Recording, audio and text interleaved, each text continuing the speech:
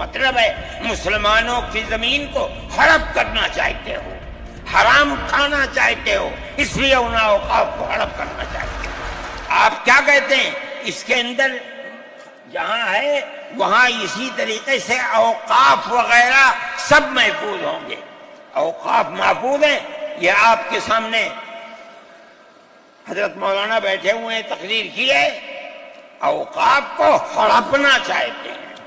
ہماری مسجدیں اسی دلی کے اندر 400 500 سال کی مسجدیں ہیں، جس میں جمعیت علماء کا دفتر بنا ہوا ہے، عبد النبی اکبر کے زمانے کی مسجد ہے۔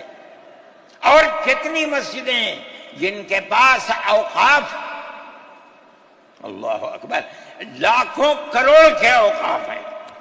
جونپور میں جا کر کے دیکھو کیسی مسجدیں ہیں، دلی کے قرب و جوار میں دیکھو کتنی بڑی بڑی مسجدیں ہیں۔ ہندوستان کا وہ طبقہ جو ان مساجد کے اوقاف کو ہڑپ کرنا چاہتا ہے، کہتا ہے اگر کسی وقف زمین یا مسجد یا کسی بھی چیز کے کاغذات وقف کے نہیں آئیں اس کو وقف نہیں مانا جائے گا۔ کون 500 سال پرانے کاغذات لا کر کے پیش کر دے گا؟ قانون یہ تھا کہ جو مسجد بنی ہے، جو وقف پر بنتی ہے وہ وقف ہے۔ آپ کو کیا درد ہے کہ آپ اس وقف کو ختم کرتے ہیں؟ اس کا مطلب ہے مسلمانوں کی زمین کو ہڑپ کرنا چاہتے ہو، حرام کھانا چاہتے ہو، اس لیے ان اوقاف کو ہڑپ کرنا چاہتے ہو۔ ہم اس کو قبول نہیں کرتے۔ اوقاف ہمارے آباء و اجداد کے کیے ہوئے ہیں، اوقاف اللہ کی ملکیت میں دیے ہوئے ہیں، مسجدیں بنی ہوئی ہیں، آپ ان کی حفاظت کیجئے، اس لیے کہ ہم اس ملک کے رہنے والے ہیں، ہم باہر سے آئے ہوئے نہیں ہیں۔ اگر ہندو گوجر ہے مسلمان بھی گوجر ہے، اگر ہندو جاٹ ہے مسلمان بھی جاٹ ہے، اگر ہندو راجپوت ہے مسلمان بھی راجپوت ہے۔ جاؤ دیکھو کشمیر کے اندر، اگر ہندو برہمن ہے مسلمان بھی برہمن ہے۔ ہم اسی ملک کے رہنے والے ہیں۔ کسی کو اچھا لگا یہ مذہب وہ اس مذہب میں چلا گیا، کسی کو یہ مذہب اچھا لگا وہ اس مذہب میں چلا گیا۔ کیا مذہب کی بنیاد پر اس ملک کے اندر آپ ہمیں جینے کا حق نہیں دیں گے؟ ہم اپنے جینے کا حق کو لیں گے۔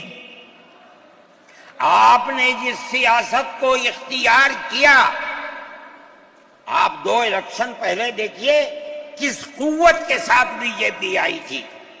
آپ نے جس پالیسی کو اختیار کیا، سیکولرزم کو آگ لگانی چاہیے، اس کا نتیجہ اس الیکشن میں کیا ہوا؟ بی جے پی ہار گئی۔ میں کہتا ہوں کہ اگر چندرا بابو نائیڈو کی بیساکھی نہ ہوتی اور ادھر نتیش کمار کی بیساکھی نہ ہوتی تو بی جے پی گورنمنٹ نہیں بنا سکتی تھی۔ کیوں ہوا؟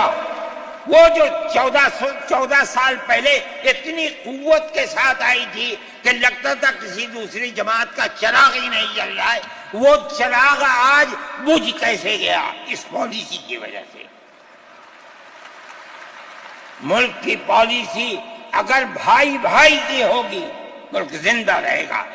ایک باپ کی اولاد 5 4 3 اگر پیار و محبت کے ساتھ رہیں گے وہ گھر آباد رہے گا، اگر دشمنی ہوگی سب برباد ہو جائیں گے۔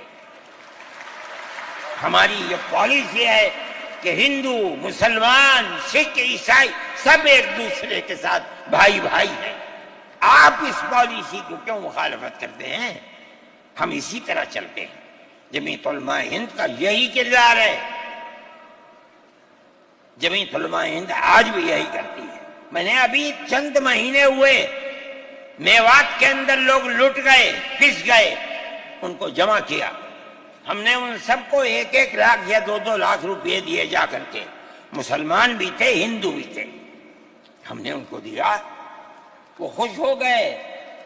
ہم ہر سال تقریباً 1.5 کروڑ روپے دیتے ہیں بچوں کو جو پڑھنے والے ہوتے ہیں، جو غریب ہوتے ہیں اونچی تعلیم کے لیے۔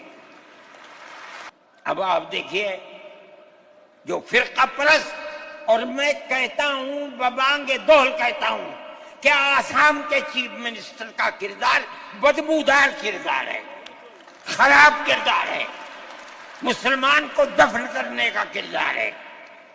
وہ یہ کہتا ہے کہ آسام کے سوا آسام کے اندر مردم شماری 71 نہیں، جیسے سارے ہندوستان میں 51 ہے، اسی طرح آسام کے اندر بھی 51 ہوگی۔ آپ سمجھتے ہیں اس کا اثر؟